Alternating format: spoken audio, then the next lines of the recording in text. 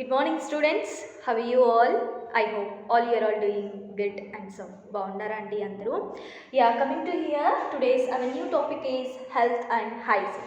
So అందరికీ good health ఉండాలని దేవుని కోరుకుంటున్నాను.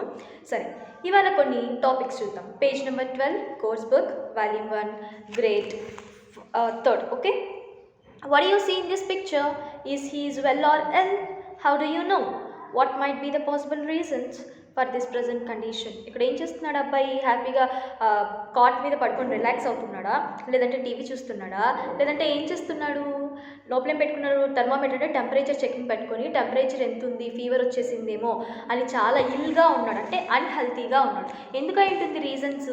ఎందుకు ఇలా పడుకో ఉన్నాడు? కామన్గా మనకు రీజన్స్ ఏముంటాయి చెప్పండి? బాగా లేకుంటే ఫీవర్ వస్తే ఆటోమేటిక్గా బాడీ అంతా, ఫీవర్ అంటే ఏంటి? టెంపరేచర్ ఉండాల్సిన దానికంటే ఎక్కువ ఉండడాన్ని మనం ఫీవర్ అంటాం. అంటే 99.5 degrees దాటిన తర్వాత ఆటోమేటిక్గా దాన్ని మనం ఫీవర్ లాగా కన్సిడర్ చేస్తాం, టెంపరేచర్ లాగా కన్సిడర్ చేస్తాం. సో అలా ఎందుకు అవుతుంది? మనం తీసుకునే ఫుడ్ హ్యాబిట్స్ మీద ఆధారపడి ఉంటుంది, మనం తీసుకునే హైజీన్ థింగ్ మీద ఆధారపడి ఉంటుంది. మనం ఎంత ఫుడ్ హ్యాబిట్స్ అయినా, ఎంత మంచి ఫుడ్ హ్యాబిట్స్ అయినా తీసుకోండి, అది క్లీన్గా లేకుంటే, మనకు లోపలికి వెళ్ళేటప్పుడు అవి క్లీన్గా లేకుంటే ఎలా అవుతాయి చెప్పండి? వెళ్ళలేవు కదా. ఒకవేళ డర్టీ థింగ్స్ కానివ్వండి, అన్హెల్తీగా ఉన్న థింగ్స్ కానివ్వండి, మనం తిన్నామనుకోండి, ఖచ్చితంగా అవి మన హెల్త్కి హార్మ్ చేస్తాయి. కాబట్టి try to guess the possible reasons from the following pictures that causes ill health. ఇక్కడ కొన్ని పిక్చర్స్ ఇచ్చారు. ఫస్ట్ ఏం పిక్చర్ ఇచ్చారు? ఇక్కడ మనకి వాటర్లో అంతా ఇంప్యూరిటీస్ ఉన్నాయి. ఇలా ఇంప్యూరిటీస్ వాటర్ని తాగితే ఏమవుతుంది? హెల్త్ అనేది అస్సలు సెట్ అవ్వదు అనమాట, అసలు బాగోదు. ఇప్పుడు నార్మల్గా నేను లాస్ట్ టైం పొల్యూషన్ చెప్పేటప్పుడు, పొల్యూషన్ లెసన్లో చెప్పాను కదా, క్యాటిల్ రియరింగ్ అనేది ఎక్కడంటే అక్కడ మనం లేక్స్లలో కానీ అక్కడ క్యాటల్ని రివర్ చేసి అక్కడే బాత్ చేసి అక్కడే ఆ వాటర్ని మళ్ళీ మనం డ్రింక్ చేసినప్పుడు కలరా వస్తుంది, జాండీస్ వస్తాయి, టైఫాయిడ్, ఇలాంటి చాలా వెరైటీస్ ఆఫ్ డిసీజెస్ అనేవి మనకు వస్తాయి అన్నమాట. ఎందుకు? వాటర్ ఇంప్యూరిటీస్ అనేవి, వాటర్లో ఇంప్యూరిటీస్ ఉన్నప్పుడు క్లీన్ వాటర్ని తీసుకోనప్పుడు మన హెల్త్ అనేది అప్సెట్ అవుతుంది ఆటోమేటిక్గా. కాబట్టి ఎప్పుడు కూడా ప్యూరిఫైడ్ వాటర్నే తాగాలి, మినరల్ వాటర్నే తాగాలి. నెక్స్ట్ ఇక్కడ చూడండి, ఇక్కడ ఏం కనిపిస్తుంది? డస్ట్బిన్ కనిపిస్తుంది. డస్ట్బిన్ వల్ల మనకి ఎలా వస్తాయి మేడం డిసీజెస్? డస్ట్బిన్లో ఏమైనా మనం ఉంటామా? డస్ట్బిన్లో వెళ్ళి మనం డస్ట్బిన్ దగ్గర కూడా వెళ్ళం కదండి, ఎలా వస్తాయండి డిసీజెస్? మీరు చెప్పడానికైనా ఒక ఇది ఉండాలి కదా అనుకోవచ్చు. డస్ట్బిన్లో ఏముంటుంది? ఆటోమేటిక్గా డస్టే ఉంటుంది, అవును కదా. దాంట్లో ఏముంటుంది మేడం? పెద్ద కొత్తగా ఉంటాం, ఆటోమేటిక్గా డస్టే ఉంటుంది, అంత వేస్ట్ పార్టికల్స్ అన్నీ దాంట్లో ఉంటాయి. వేస్ట్ పార్టికల్స్ అన్నీ మనం ఎప్పటికప్పుడు క్లీన్ చేయకుండా, పడేయకుండా అలాగే పెట్టేస్తే దాని మీద ఏమొస్తాయి? ఈగలు వాళ్తాయి. ఈగల తర్వాత దోమలు వస్తాయి. దోమలు అక్కడి నుంచి ఉన్న బ్యాక్టీరియాని తీసుకెళ్ళి బై మిస్టేక్ నేను కుట్టాయే అనుకోండి, ఆ కుట్టడం వల్ల నీకేమొస్తుంది? మలేరియా, డెంగ్యూ, టైఫాయిడ్, చికెన్ గున్యా, ఇన్ని రోగాలు వస్తాయి. అర్థమైందా డస్ట్బిన్కి మనకు ఉన్న రిలేషన్ ఏంటో?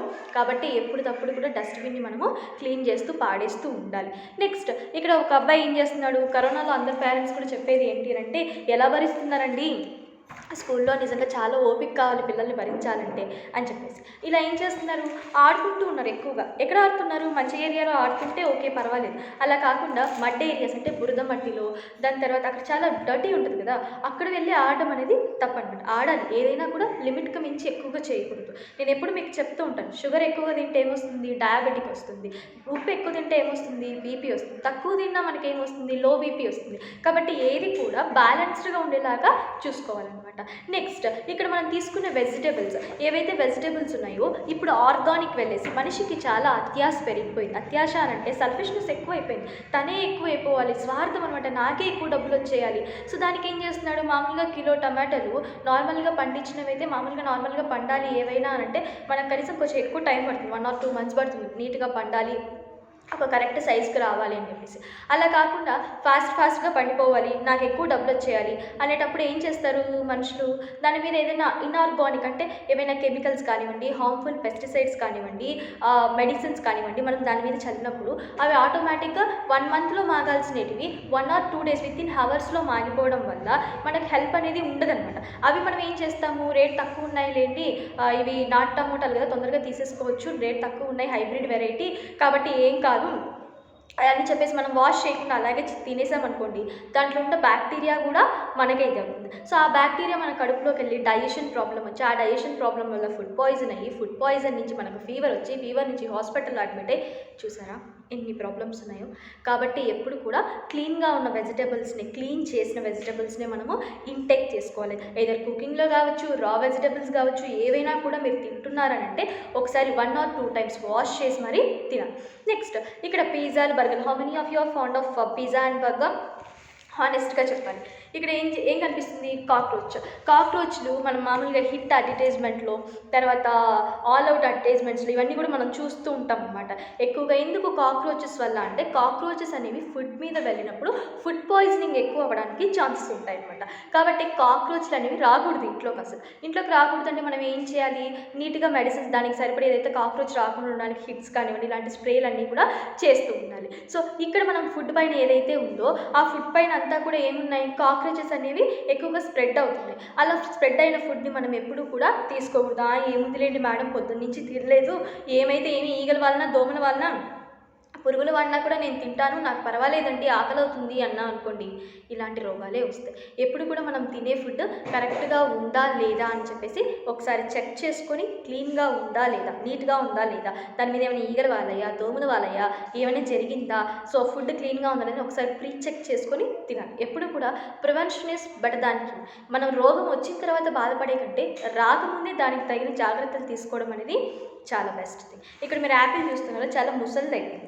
ఎందుకు అయిపోయింది యాపిల్ ఇలాగ డల్గా అనంటే, చాలా డేస్ మనం బయట పెట్టేసిందో, లేదంటే దాని మీద ఏదైనా సంథింగ్ బ్యాక్టీరియా వాలడము, అలా దాని డేస్ అనేవి ఎక్కువగా ఓవర్కమ్ అయిపోయింది. అంటే మనం తినాల్సిన డే కంటే ఎక్కువ ఎక్స్పైర్ అయిన డేలో మనం తిన్నప్పుడు ఇలా ఉంటాయన్నమాట. కాబట్టి ఇలాంటి యాపిల్స్ని ఎప్పుడు కూడా తినకూడదు. Next, you might be familiar with these sayings. Health is wealth. Health is వెల్తే కదా, ఆరోగ్యమే మహాభాగ్యం. ఇవన్నీ మనకు బాగా తెలుసు. ఆరోగ్యం లేకుంటే ఏం చేస్తావు? ఆరోగ్యం లేకుంటే చదువుకోగలవా? ఆరోగ్యం లేకుంటే నువ్వు ఆడగలవా? హెల్త్ లేకుంటే నువ్వు ఏమైనా గెంతగలవా? హెల్త్ లేకుంటే మాట్లాడగలవా? హెల్త్ లేకుండా మనం ఏం చేయలేం కదా. గుడ్ హెల్త్ ఉంటే, ఇప్పుడు నాకు ఫీవర్ వచ్చింది, ఫీవర్ వస్తే నేను ఎలా మాట్లాడతాను? Hello children, how are you, ఇలా మాట్లాడతాను. ఇప్పుడు నాకు హెల్త్ బాగుంది కాబట్టి నేను ఎలా మాట్లాడుతున్నాను? Hello children, how are you. చూసారా నా ఫేస్లో ఎలాంటి స్పార్క్ కనిపిస్తుందో? సో గుడ్ హెల్త్ అనేది చాలా అవసరం అనమాట. ఇవన్నీ కూడా మనము చిన్నప్పటి నుంచే వింటూ ఉంటాం కదా, హెల్త్ ఈజ్ వెల్త్ అని.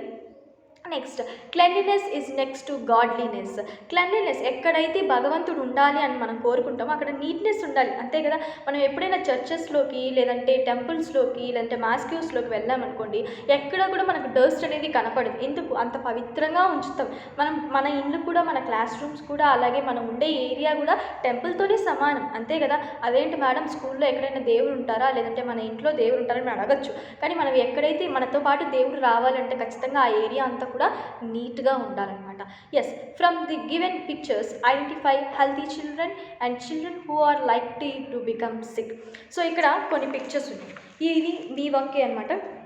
ఈ పిక్చర్స్లో ఎవరు హెల్తీగా ఉన్నారు, ఎవరు ఇల్ హెల్తీగా ఉన్నారు. ఇక్కడ నేను మీకు కొన్ని క్లూస్ ఇచ్చాను కదా, ఈ క్లూస్ని బట్టి ఇక్కడ మీరు ఎవరు హెల్తీగా ఉన్నారు, ఎవరు ఇల్ హెల్తీగా ఉన్నారు అనేది నాకు వాట్సాప్లో మెసేజ్ చేయండి. Yes, health is not merely the absence of diseases or infirmity.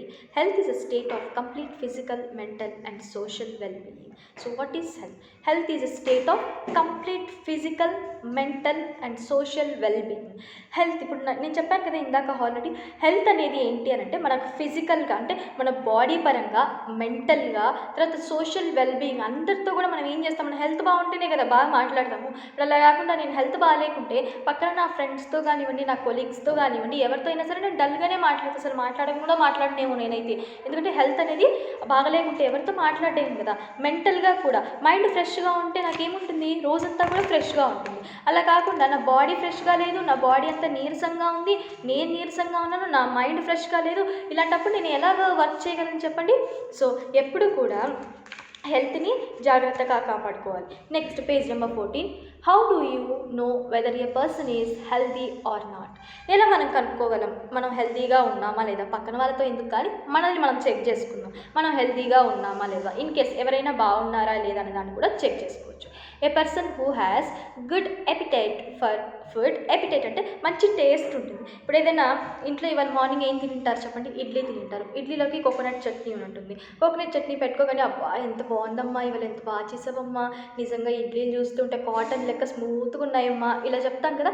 Appetite, మంచి ఎపిటైట్ అనేది అంటే మంచి టేస్ట్ మనకు బాగా తెలుస్తుంది టంగ్ మీద అనేది గుడ్ ఎపిటైట్ మనకు తెలుస్తుంది. డీప్ అండ్ రెస్ట్ఫుల్ స్లీప్, కొంతమందికి పడుకోగానే అలా స్వర్గంలోకి వెళ్ళిపోయినట్లు ఉంటారనమాట, అంటే అంత హ్యాపీగా నిద్ర వస్తుంది. రెగ్యులర్ బ్లౌ మూమెంట్స్ అంటే రోజు మనం ఖచ్చితంగా మోషన్ వెళ్ళాలి, తప్పలేదు, నవ్వుకున్నా పర్లేదు, కానీ ఖచ్చితంగా రోజుకి ట్వైస్ మనము మోషన్ అనేది వెళ్ళాలి. ఎక్కువగా వాటర్ కన్జ్యూమ్ చేయండి. వాటర్ కన్జ్యూమ్ చేసే డైజెషన్ అనేది మనకు చాలా బాగా అయ్యి బ్లౌ మూమెంట్స్ అనే లోపల కూడా డైజెషన్ అనేది బాగా అయ్యి మనకు మోషన్ ప్రాబ్లం లేకుండా ఉంటుంది. మోషన్ రాకపోతే కూడా కిడ్నీస్ ఎఫెక్ట్ అవుతాయి, కాబట్టి వాటర్ అనేది మీరు ఎక్కువగా తీసుకోండి. Next clear and bright ice. ఎక్కువగా క్లియర్గా ఐస్ అని కొంతమందికి చిన్న పిల్లలకి ఫస్ట్ క్లాస్ సెకండ్ క్లాస్లోనే ఐస్ అనేవి బ్లైండ్గా అంటే మస్కగా కనిపిస్తుంటాయి. అలా కాకుండా క్యారెట్స్ ఎక్కువగా తీసుకోండి. క్యారెట్స్ ఎక్కువగా తీసుకుంటే విటమిన్ ఏ ఉంటుంది, కాబట్టి మనకు ఐస్ అనేవి బాగా కనిపిస్తాయి. సో ఐస్ బాగా కనిపించాలి. Next proportionated height and weight. ఈ ఏజ్కి ఇంత హైట్ ఉండాలి. ఇప్పుడు మీరు థర్డ్ క్లాస్, మీరు కనీసం అంటే ఒక 4 ఇంచెస్ 5 ఇంచెస్ 6 ఇంచెస్ 4 ఇంచెస్ మాత్రమే హైట్ ఉండాలి. నెక్స్ట్ వెయిట్ ఒక 30 కేజెస్ 35 కేజెస్ ఇట్లా మంచి వెయిట్ అనేది మీరు గెయిన్ అవ్వాలి. Next normal growth and activeness చెప్పగానే ఏం చేయాలి, yes ma'am I will do it, yes ma'am I will, I can, ఇలా ఉండాలి. అలా కాకుండా చెప్పగానే ఎస్ మ్యామ్ ఎప్పుడు చెప్తూనే ఉంటారులేండి, క్లాసు వింటూనే ఉన్నాం లేండండి, ఇలా ఉండకూడదు. చెప్పగానే ఎప్పుడు కూడా క్యాచ్ చేసే స్పార్క్ అనేది మనిషికి ఉండాలి. అప్పుడు ఇలాంటి క్వాలిటీస్ కలిగిన వాళ్ళందరినీ ఏమంటారు, గుడ్ హెల్త్ పర్సన్స్. అంటే వీళ్ళందరికీ కూడా మంచి హెల్త్ ఉంది. మరి మీ హెల్త్ ఎలా ఉంది, మంచిగా ఉందా? మీ అందరికీ టేస్ట్ బాగా తెలుస్తుందా? బాగా నిద్రపోతున్నారా? బాగా మీకు బ్లౌ మూమెంట్స్ అంటే మోషన్స్ బాగా ఏం ప్రాబ్లం లేకుండా అవుతున్నాయా? క్లియర్ అండ్ బ్రైట్ ఐస్ ఉన్నాయా? నెక్స్ట్ హైట్ వెయిట్ బాగుందా? నార్మల్ గ్రోత్ అండ్ యాక్టివ్నెస్ బాగుందా మీలో? సో ఇవన్నీ చెక్ చేసుకోండి. ఇవన్నీ ఉంటే మనకు గుడ్ హెల్త్ ఉన్నట్లే, ఓకేనా? సో నెక్స్ట్ పర్సనల్ హైజీన్ గురించి, తర్వాత శానిటేషన్స్ గురించి, తర్వాత సేఫ్ వాటర్ సేఫ్ ఫుడ్ గురించి పార్ట్ 2లో తెలుసుకుందాం. సో అంతవరకు మీకు అర్థమైంది అనుకుంటాను. I hope that's all for today's class. Thank you for watching.